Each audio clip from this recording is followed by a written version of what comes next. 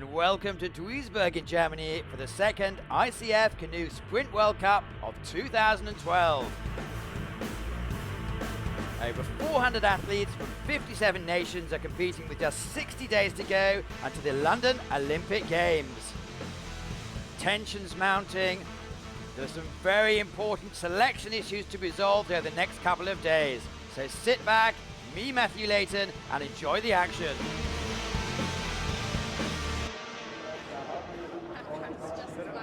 Well, we're starting with possibly the blue ribbon event. It's the men's K1 1,000 meter final, and we're packed with stars. Max Hoff, 4 times World Championship gold. Adam van Coverdon, Olympic gold and reigning world champion. Erik Larsen, 2004 Olympic champion. Tim Brabants, Olympic champion. And the young kid on the block, Ali Urania.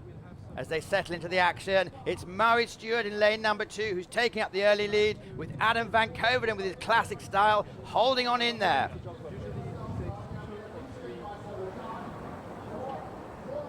Murray Stewart dominated the Australian trials, specialised in the K4 event, but looking to push it forward here today.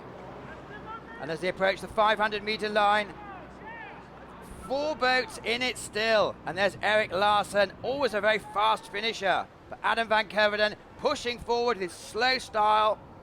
Bottom lane, Ali Urania, 22 years old from Belarus, is looking good. And there's Anders Gustafsson, former Olympic champion, falling back a little bit at the moment. 200 metres to go, and it looks like there's 2 paddlers in it. Ali Urania, Adam van Coverdon. Who's going to get it as they approach the line? Has Adam van Coverdon seen Urania? And it's Belarus who come across the line first, Canada second, Norway third, Sweden fourth. What an excellent way to start the morning's activity. First major victory for Ali Urania from Belarus. I'm not sure that Adam van Coverdon from Canada saw him coming, but good training for the Olympic Games. If you look at the top of your picture, lane number 4, Adam van Coverdon, known for his fast start, gets away to a dreadful start. Murray Stewart in the yellow, Australia, doesn't manage to hold on to it, but at the bottom lane, number 9, Ali Urania takes the victory. Confirmation here of the victory. First, Ali Urania from Belarus. Second, Adam van Coverdon from Canada. And third, Erik Larsen from Norway. The action continues. Fast and furious this morning. We switch from the kayaks to the canoes, and it's the C1 men's 1,000 meter final. In your picture, 2009, 2010 world champion Vadim Menkov. But it's going to be interesting to see, can Sebastian Bendel fulfill his potential for Germany? Is Mark Aldershaw from Canada able to continue his excellent form? Remember, he won last week in Poznan. And the big question, of course, Attila Vajada. He has been ill, he's coming back from injury. Last week he wasn't racing, he was involved in the Hungarian trials, but he is the world and Olympic champion. Let's see how it goes. Early in the race, typically it is Menkov from Uzbekistan, followed by Brendel. They've got now a boat length lead from the rest. Mathieu Goubel from France, very powerful the other day. He's keeping up with the action. But a very, very impressive lead so far. 200 metres to go. It looks like the left-hand giant from Germany, Sebastian Brendel's going to pull off the victory. He's broken Menkov. And as they cross the line, yes, victory for Germany in front of the Hode crowd. Sebastian Brendel in front of Menkov, in front of Goubel, with Mark Aldershaw coming in 4th for Canada. That's a bit of a surprise. He's been there or thereabouts, but this is a huge victory. Attila Vajada, not on form, but that's not surprising. His first race of the season.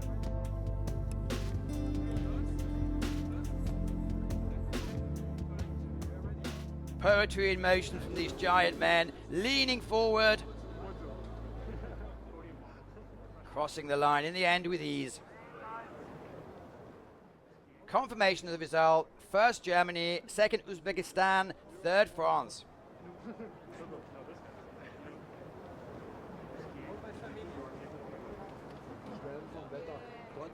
Back to the kayaks. This time it's the pairs, it's the men's K2 1,000 meter final. It's going to be difficult here to look past the German pair of Illo and Holstein. They're really dominating this sport presently. But they're all off to a very even start. Looks like the Belgians, in fact, in lane number 7 have come off the fastest.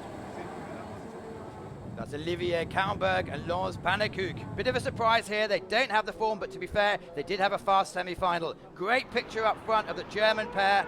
They look so relaxed. And as we come to the 500-meter mark, it's Belgium still in the lead. It will be a surprise if they hang on. That's more to form. The duo in form at the moment from Germany. Iller and Holstein are coming home as expected to take the victory. That's Hungary in second, and an excellent third place for the Swedish duo Marcus Oskarsson and Henrik Nielsen. A well-deserved victory. Extraordinary start from the Belgium in lane number 7. Unfortunately, couldn't quite keep it going till the end.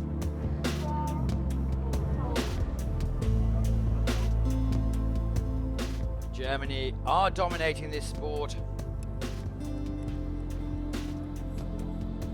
They don't always lead in the first half of the race, but they generally lead where it matters coming over the line. Confirmation of the result here. First Germany, second Hungary, third Sweden.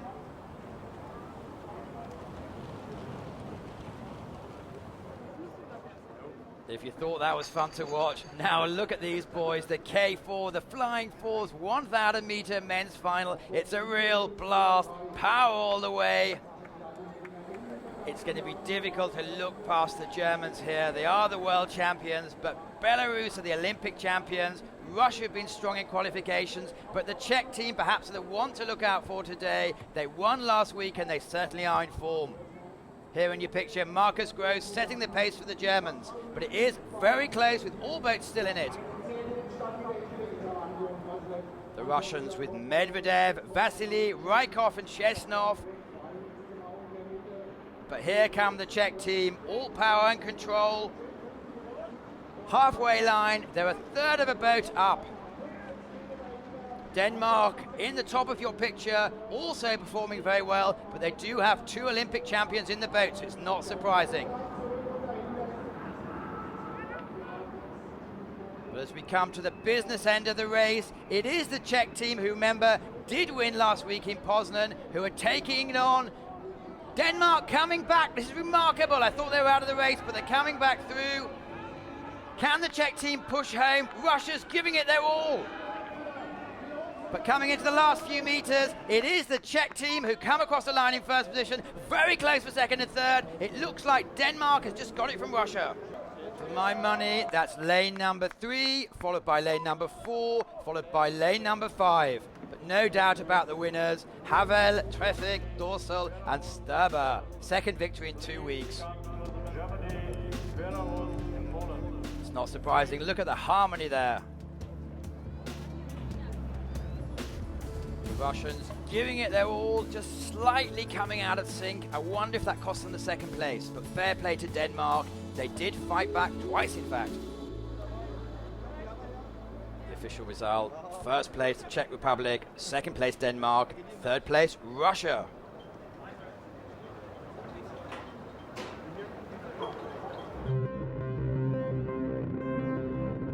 Historically, one is from the Inuits. We know the old pictures in the Inuits paddling on the kayaks, paddling on the boat side in the Arctics. The canoe boats came from North America, origins from Indians, so they paddle the open canoes, paddling on the one side, and I think this is the historical way of how we get these 2 disciplines. Yeah, in present time, I think all the boats on the international competition level are made from carbon fibers. The length of the boat is specified by the ICF rules. For sprint kayaks is 5.2 meters and the weight is 12 kilos. Most of the boats are lighter, so that's the reason why the athletes, they have to put them some extra weight to reach the limit, which is 12 kilos. The biggest one is K4 boat, and this is 11 meters long, and the weight for 11 meters boat, it's 30 kilo, the limit.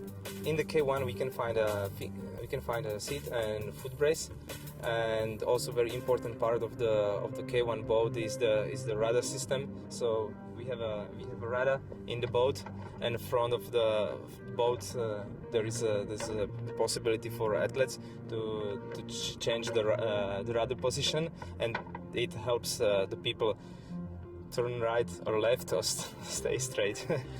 In the C1 boat, it's all about the techniques. The paddlers, they have a special strokes which helps them to keep the boat in the line. This is place for knee pad. The athlete is putting his knee in this position. This is the back pedal for his back leg. We've got a new system in our canoes that we have a no screw system, so just you can open it, you can set up in the right position, and then just click, and that's all. The people, they have some personal relationship. Most of them, they have personal relationship with the boat, and of course they need to trust the boat. They need to know that the boat is 100% ready, and we are here to help them.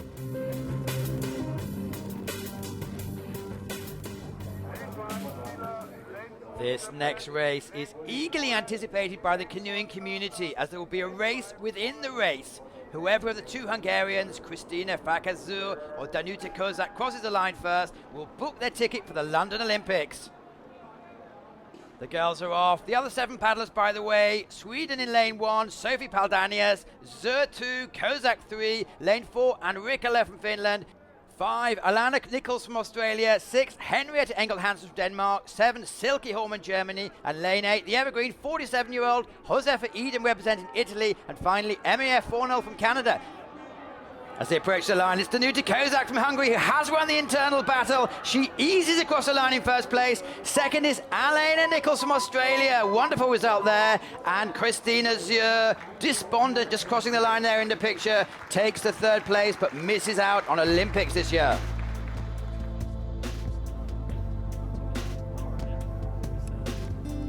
All the girls off to a strong start. Kristina Zur just couldn't quite hold it together. However, Danuta can and crosses the line completely relieved. Official results: Hungary first, Australia second, and Hungary third, with Sophie Paldanius from Sweden taking in the 4th place. Attention please, Mr. Rudolf Domby, Holland, Kökeni, Hungary. And now back to the K4s. This is the women's 500-meter finals, and it's going to be difficult to look past the Germans. They have the pedigree. They are the champions going into this. Caroline Lehnart, Franziska Weber, Katrin Varga, Augustine has just had a baby, and Tina Dietz, the clear favourites today. But watch out for the Belarus team, and clearly the Poland team have had some good results recently.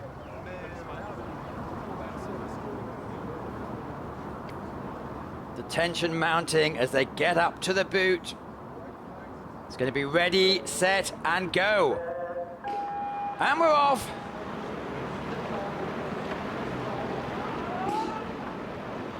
The German team here keen to make up for the loss in Duisburg last year when they just missed out, having been hit by the Polish boat. The Brit girls in the picture in lane number 2 were able to take the victory, but as we go up the field with less than 250 meters to go, it's Germany in lane 6, holding on from Belarus in lane 3, but they are being pushed harder than we expected. Coming up to the finish here, the Germans, power and control. Yes, the German 4 take the victory in lane number 6. Second, Belarus, lane number 3. And third, Poland, way down in lane number 7. They almost make it look easy, the Germans. Such strength in depth in this sport. Didn't get away from the best start, but they weren't panicking. British must be disappointed this day. But here's a wonderful shot of the Germans doing what they do best. And confirmed result in the K4 500 meters women's final. First Germany, second Belarus, and third Poland.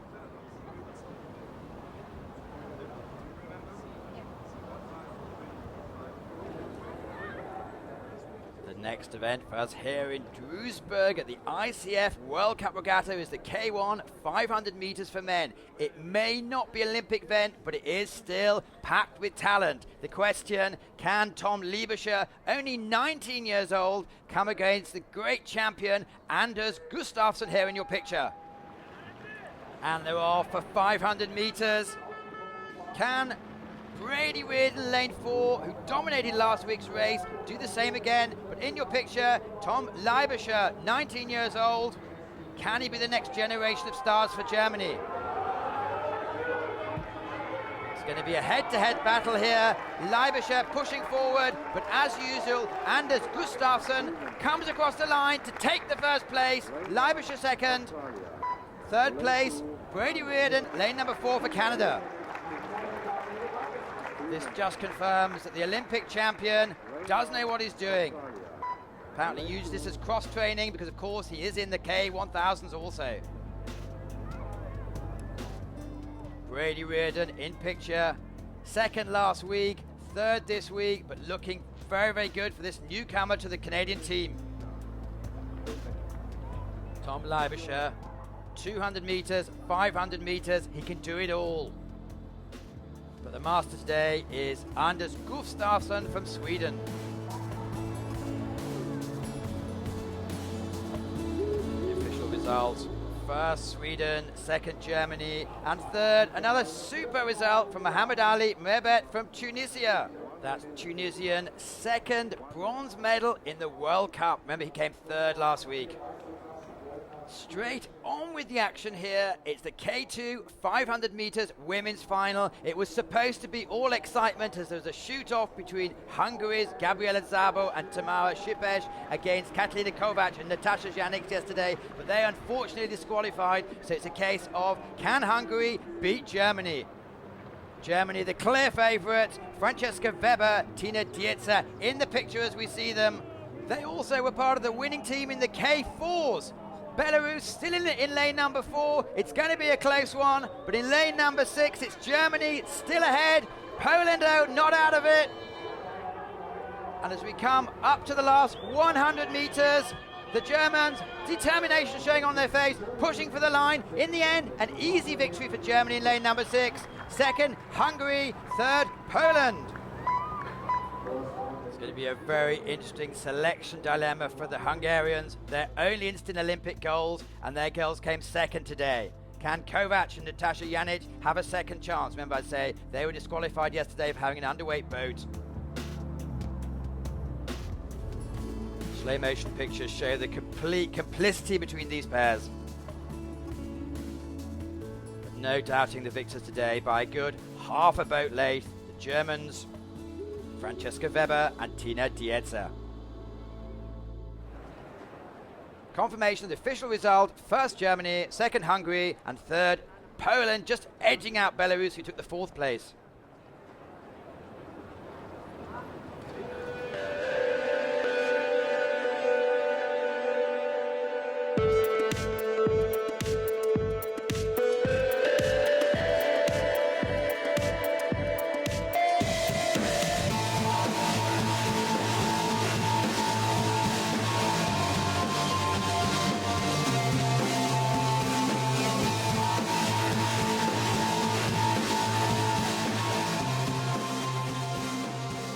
After seeing what it's like to be on the water, back to the action.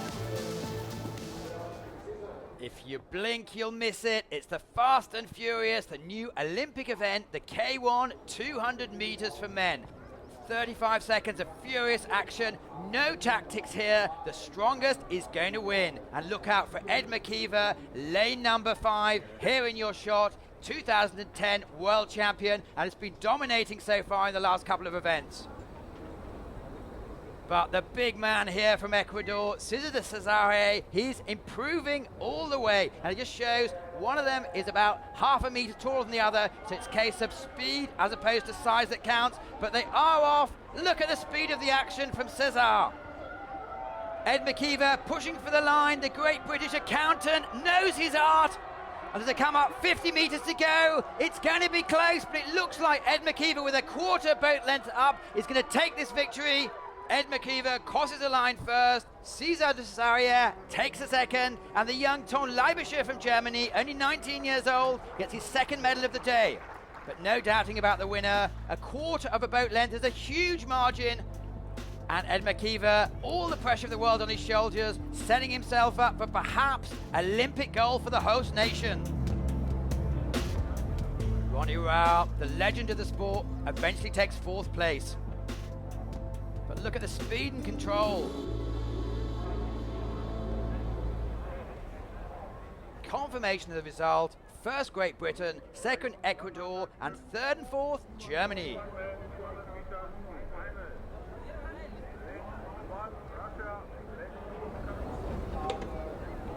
Going from the kayaks to the canoes, they'll take about 5 seconds longer, but they will be probably even more powerful. Looking through the lineup, Jason McCombs, the youngster from Canada, and in your picture here, Alfonso Benavides came third in the Worlds last year in Szeged. Also someone to look out for, Stefan Kehre from Germany.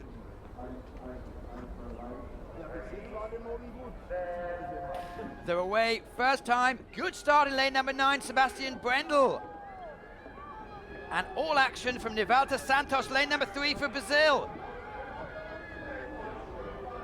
Coming down to the last 100 meters, it's extremely close. Kira from Germany, but in the middle of the picture, lane 6, it looks like Alfonso Benavides is leading presently. It's going to be very close as they come to the line. Lane 6, lane 4, who's going to get it? They're calling lane 6. It looks like Alfonso Benavides takes it from Stefan Kira. Must go to a photo finish. And as we see the action, both the German and the Spaniard leaning back to push the bow over the line. It looks like Benavides has come up trumps this time. Very, very close in second place, Stefan Kiefer from Germany. The official results confirm the action. First Spain, second Germany, and third Santos from Brazil. Remember, they're going to be hosting the 2016 Games, a good youth program being set up at the moment. The action continues. Fast and Furious from Duisburg in Germany. Another Olympic event for the first time. The women's K1 200 meters. And the girl they all want to beat, here in your picture, 30-year-old Natasha Duchev-Yannick. 3 Olympic goals and more medals from the World Championships you can possibly count. She's been out for a year, by the way, with a baby. In your picture here also, Alana Nichols from Australia. Remember, she took the silver medal in the 500 meters earlier on. Very even as they get off to the start. Furious paddling. But Yannick in the central lane is looking good at the moment. And as they come up to the line, yes, it's that quick. First, Yannick takes it, but second, the world champion, Lisa Carrington from New Zealand, comes up with Elena Nichols taking the third place. In this sport, it doesn't matter how much you win by, a win is a win. And Yannick, total control, but it's very, very close at the end. This will give Lisa Carrington a great deal of confidence as she goes into the Olympics.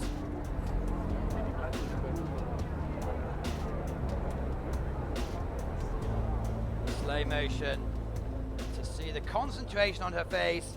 There's no tactics here. It's just eyeballs out, pedal to the metal, and go for it. The confirmation of the result: first Hungary, second New Zealand, third Australia, with Jenny Mikkonen from Finland taking the 4th place.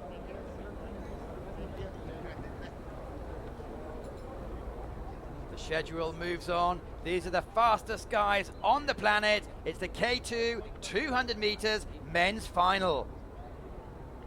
Postrigay, Jayenko, unfortunate last week as they broke the paddle, but in training and in qualifications this week, they have been in staggering form.